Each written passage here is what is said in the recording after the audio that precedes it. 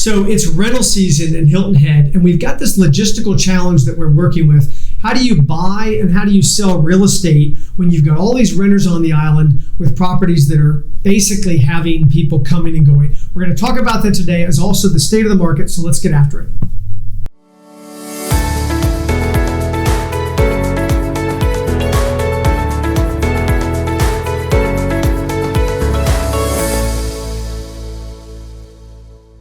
All right, Chris, so it's the middle of June, right? We've got July 4th coming up, and what does that mean? We got tons of people on the island, in the area, and where are all these people staying? They're staying in rental properties, right?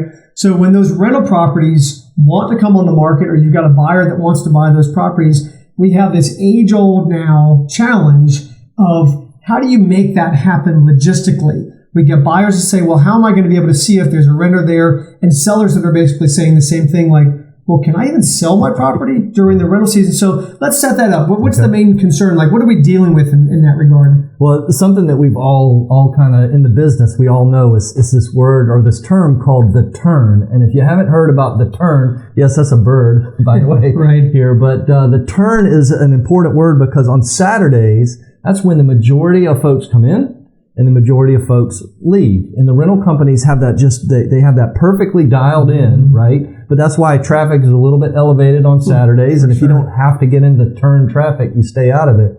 But the turn is important because it impacts buyers and it impacts sellers. For sure. The turn is typically, generally speaking, 10 in the morning is when people need to be out. Mm-hmm. And 4 o'clock is when they want to be in. But you know what we deal with, and I think this is why the issue is something that we've become accustomed to grappling with and solving. We're going to talk about how this impacts buyers and how this impacts sellers and how we work around and handle that. Sure. First thing that we're dealing with is at 10 o'clock in the morning, people are supposed to leave. They don't always leave at 10 o'clock, right?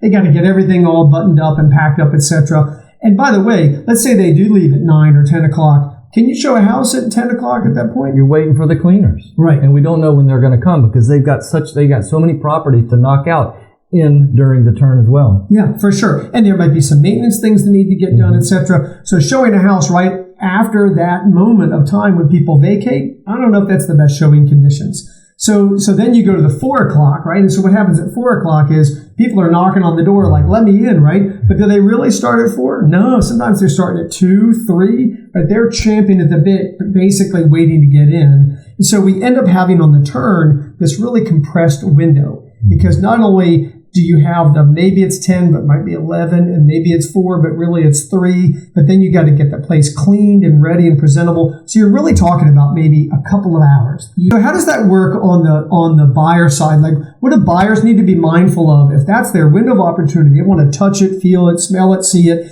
They want to be in there before they make a buying decision. What do they need to be doing? What do they need to be thinking about? Well, a lot of buyers are coming down because they want to purchase on Hilton Head because they want a second home or they want a rental property that can help offset expenses when they're not enjoying it.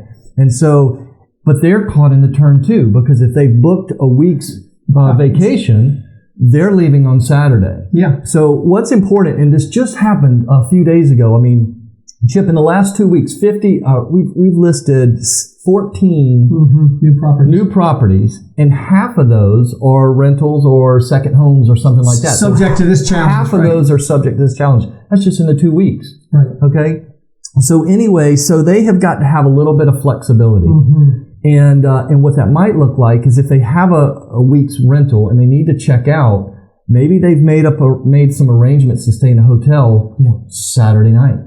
Because if they can have that flexibility and they can plan for it and they can have all day Saturday and maybe even Sunday, because some properties turn on Sunday. Yeah, sure. But if they can have that weekend to look at properties, they'll have an advantage over folks that are checking out on the turn and hitting the road. Yeah. So like in that instance, we've got one in PD, Palmetto Dunes, where basically the buyer, prospect, and their agent's like, we need to see it. Yeah. The renter doesn't leave until Sunday, so they're going to stay over an extra night, that flexibility kind of component.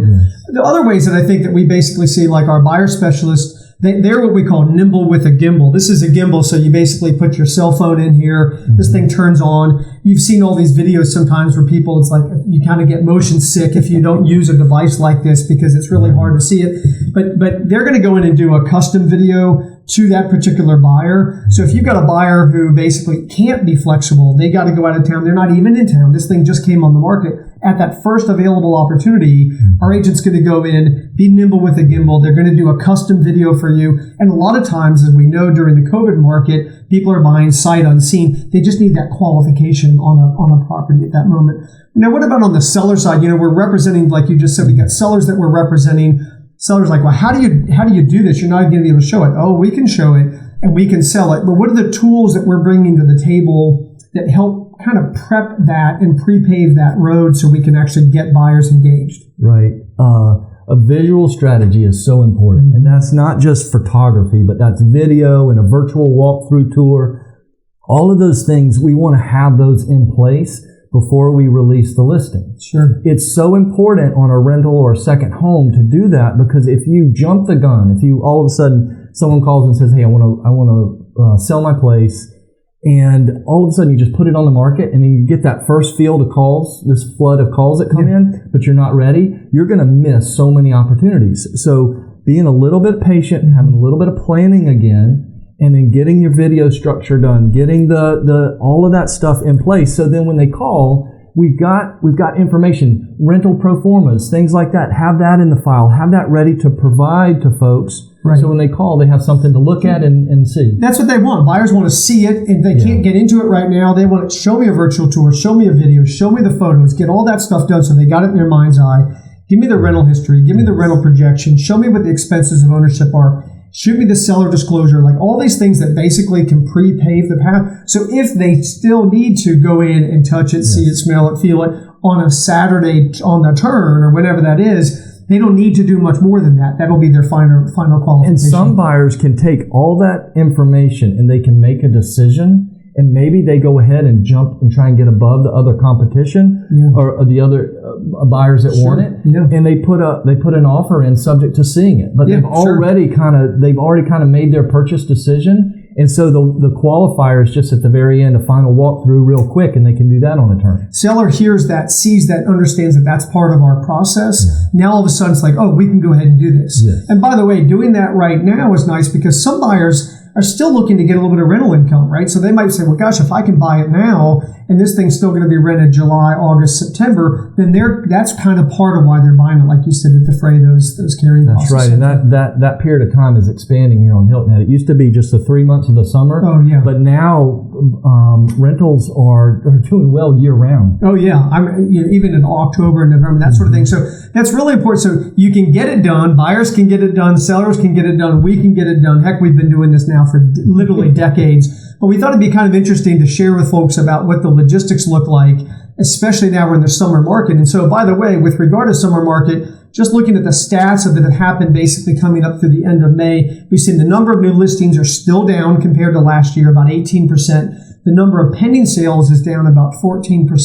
The number of closed sales is down about 16%. But here's the good news on that. When we had January data, if you kind of filed back through our videos and our Market Pulse reports, back in January, the number of closed sales were down 40% compared to this time last year. So we're starting to see the market continue to catch up to itself where we were at this point last year, which is really exciting. So we got great things ahead in the summer season right now for renters, for buyers, for sellers, etc. And as always, we appreciate your time and interest in what we have to say.